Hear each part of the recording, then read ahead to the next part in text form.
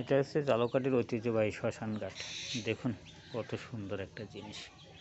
প্রত্যেকটা মানুষের একদিন না একদিন এই শ্মশানে আসতে হবে চিরস্থায়ীর জন্য।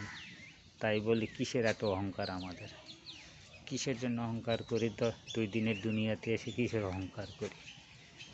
অহংকারকে মুছে ফেলে দিতে হবে। সব কিছুর উপরে একটা, সেটা হচ্ছে আমাদের মৃত্যু অনিবার্য। আপনারা জানেন এখানেই আমাদের চিরস্থায়ী বসবাসের জায়গা। তাই বলি সবার অহংকার ত্যাগ করুন, আসুন একবার হলে এখানে ঘুরে যান। এখানে ঘুরতে আপনার মন ভালো লাগবে। নদীর পাশেই সুগন্ধা নদী বসে গেছে। দেখুন এই হাওয়া, প্রকৃতির হাওয়া, কত সুন্দর একটা হাওয়া।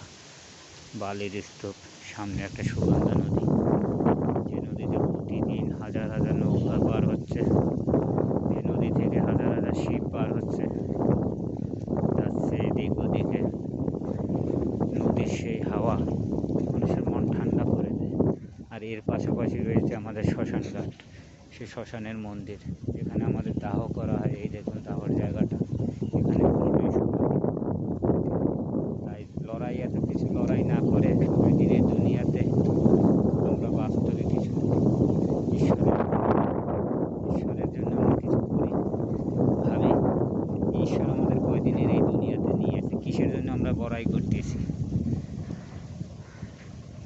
বড়াইটা, আমাদের ইগোটা খুবই খারাপ জিনিস।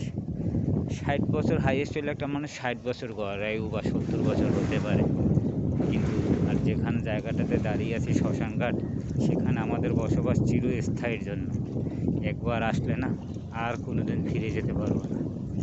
তাই বলি সব কিছুর উপরে হয়েছে মানুষ। মানুষকে ভালোবাসুন, সৃষ্টিকর্তাকে ভালোবাসুন। দেখবেন মনের তৃপ্তি, মনের শান্তি বড় শান্তি।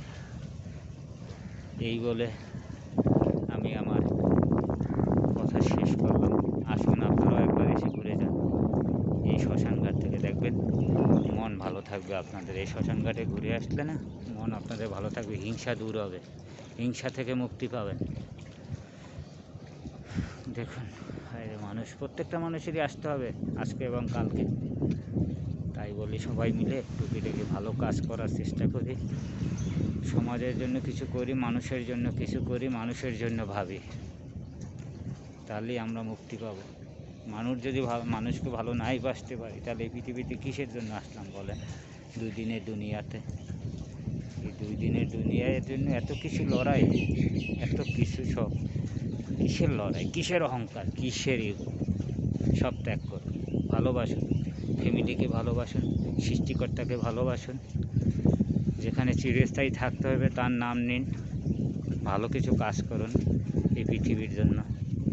আর কি, এই বলে শেষ করলাম।